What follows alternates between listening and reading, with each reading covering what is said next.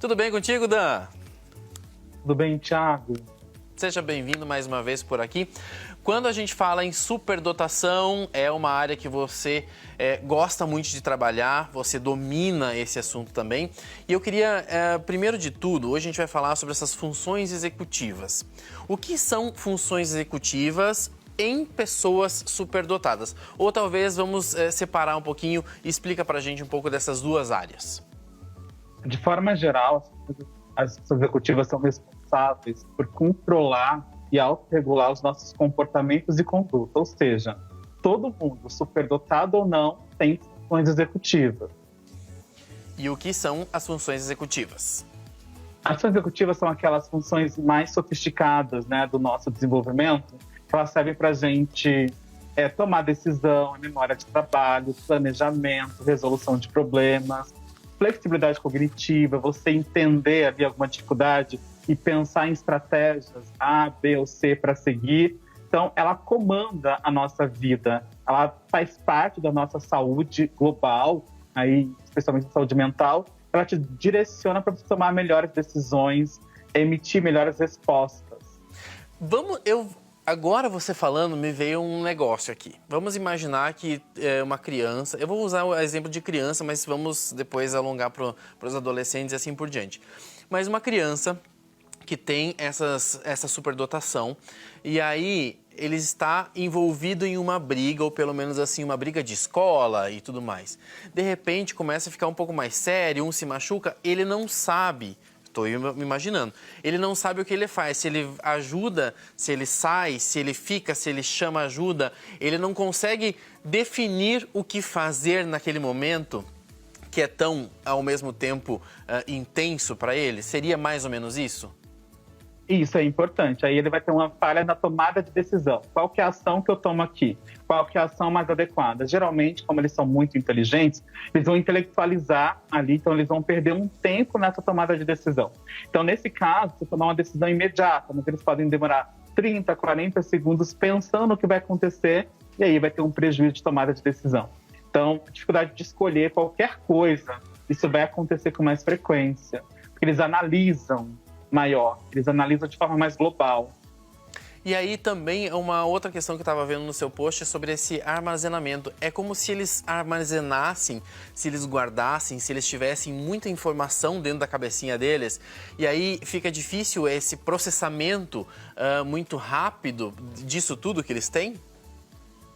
Na verdade, sim, no armazenamento a gente fala de memória de trabalho, né? Então, se eles vão memorizar coisas de maior interesse, com maior profundidade. E as informações mais periféricas que não geram motivação, por exemplo, eu tenho que acordar de manhã, escovar os dentes, mas eu tenho que pegar meu livro, importante que vai ter uma prova para ir para a escola. Pode falhar aqui no escovar os dentes, que é uma situação cotidiana, que não gera tanta motivação.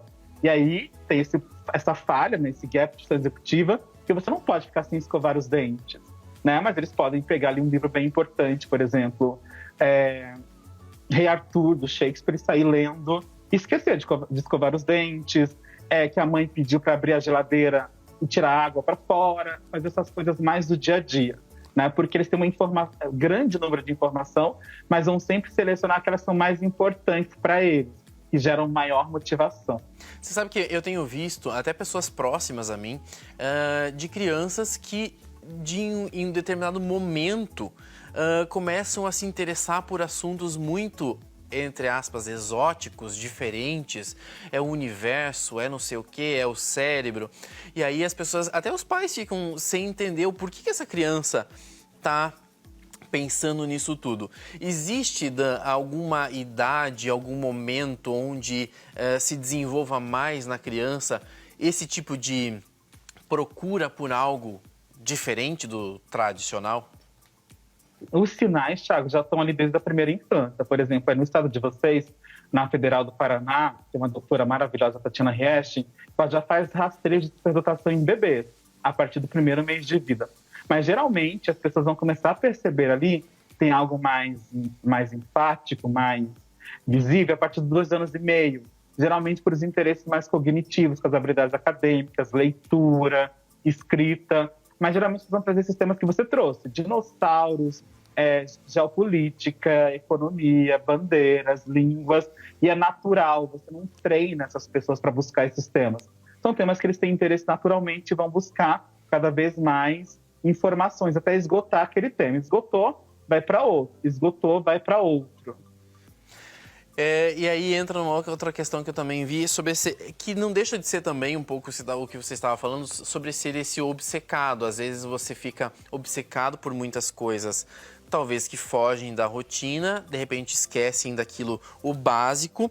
E na verdade tem uma coisa que me chama atenção, e me chamou a atenção, essa caligrafia ruim. Às vezes os pais estão olhando para aquelas crianças e falam, por que ela não faz a tarefa, não se concentra numa coisa tão simples e básica? Aí quando você vê a letra dessa criança, é toda, parece um garrancho, né? Por que tudo isso acontece também? Geralmente isso acontece, Thiago, pela velocidade de processamento, ou seja, o motor não acompanha o cognitivo. Então, geralmente tem um cognitivo muito elevado. E aí, eu já compreendi aquela informação, eu não preciso escrever. E a escrita, basicamente, ela serve para fixar esse conteúdo. Como eu já percebi, já compreendi ali nessa transição, cognição-sentidos, eu não vou ter uma facilidade para escrever. Por quê? Muita repetição, você copia 20, 15 páginas ali da mesma coisa, só que eu já entendi aquele assunto. Então não faz sentido eu copiar um texto de 20 páginas para falar sobre a história do Brasil, se eu já entendi toda a história do Brasil, desde quando os portugueses aqui chegaram até o momento atual político que a gente vive em 2 aulas. Por que eu vou copiar? E aí, geralmente, como são mais rápidos a velocidade de processamento, essa letra vai ficar um pouco mais não tão agradável como as pessoas estão esperando. Então é muito comum os superdotados terem uma letra fora desse padrão bonitinho, fora desse padrão caligrafista que as pessoas esperam. Você sabe que, e aí eu acho muito interessante a gente falar sobre essa questão que envolve a superdotação e TDAH, ou às vezes déficit de atenção e tudo mais. São áreas que se assemelham e isso faz com que as pessoas se confundam com isso. Meu filho não está aprendendo porque ele tem algum déficit de alguma coisa. Por isso é importante fazer essa análise com profissionais capacitados para que realmente isso fique muito claro, porque o tratamento, né, o acompanhamento desse jovem, dessa criança que vai se tornar um adulto, ele precisa ser feito de uma maneira muito correta também, não é? É muito importante, Thiago. A superdotação, infelizmente, ainda é muito pouco estudada no país, né? Nós temos um número de registrados no MEC irrisório, cerca de 25 mil. Mas as estatísticas indicam que de 8 a 15% da população é superdotada. Então, nós fazemos um cálculo aqui rápido, vamos chegar em milhões de pessoas. Mas se confundem muito, especialmente com TDAH, ali com autismo nível leve. Por quê? Alguns prejuízos nas funções executivas, por exemplo, o controle inibitório, que é presente no TDAH, eu vou ter na superdotação, mas por motivos distintos, né? Na superdotação eu vou ter uma dificuldade porque eu já compreendi todo o processo, eu sou mais ansioso, e aí eu não vou ter esse spray, eu vou falar o que eu penso.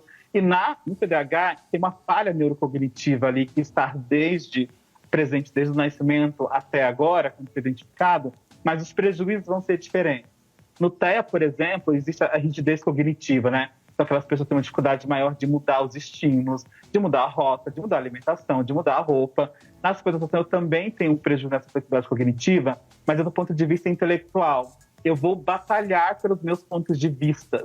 Isso não vai me trazer uma dificuldade, um sofrimento intenso, como traz no TEA, por exemplo, se eu mudar a cadeira que eu sento sempre à direita e eu tenho que sentar à esquerda. Geralmente eu não vou conseguir fazer isso, porque tem uma falha de fato de córtex pré-frontal. Na superdotação isso existe, mas é menos intenso. A rigidez existe, mas é menos intensa. E aí, só um bom profissional capacitado, neuropediatra, psiquiatras, neuropsicólogo ou psicólogo para fazer esse diagnóstico diferencial, que é tão importante porque a intervenção ela vai ser direcionada. Não dá para você tratar uma pessoa que tem TDAH como superdotado. Como eu não posso também atender um superdotado como se fosse TDAH, porque os prejuízos vão ser muito consistentes e vai impactar na vida dessa pessoa para sempre, de agora até o final. E é engraçado, né? Porque às vezes, isso que você falou, achei fantástico, porque as pessoas que têm TDAH, existe um déficit de atenção, existe uma falta de alguma coisa. No superdotado, existe talvez um superávit de algumas coisas, na verdade, de algumas situações.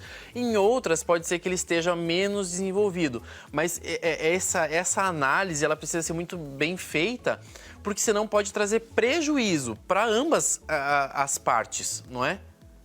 É isso, Thiago, você foi no alvo. Tudo que é em excesso, tudo que é em falta, traz prejuízos significativos. Então, no caso do TDAH, por exemplo, não é memória, é falta de atenção. Na superdotação, é excesso de memória, é excesso de estímulo, é um cérebro mais hipersensível, as conexões neurais são mais rápidas.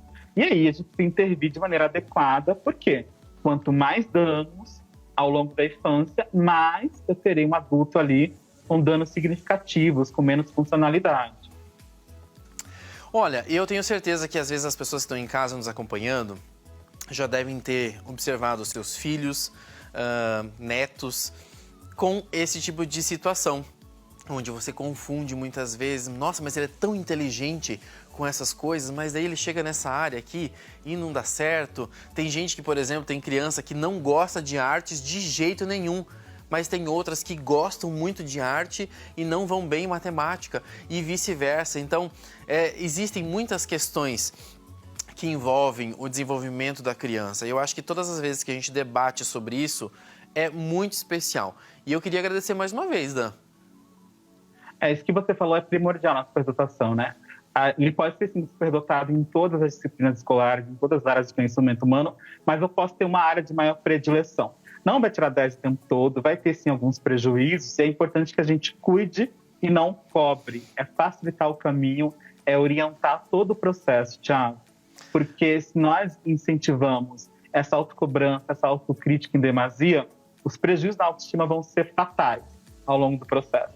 Então, sim, eu posso ser superdotado em arte. E professor está assistindo a gente, não insistam. Se seu aluno não gosta de desenhar, não gosta de pintar, nós vamos aprender essas habilidades por meio de outras formas.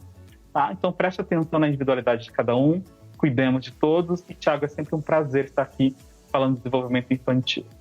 Sempre muito bom, de verdade. E quando estiver aqui em Cascavel, você avisa antes para vir aqui no nosso sofá. Porque eu sei que você estava aqui em Cascavel. Olha que não foge da gente. Sim, no próximo mês eu estou aí ao vivo com você, tá bom? Então tá bom. Obrigado mais uma vez. Obrigado, mais uma vez.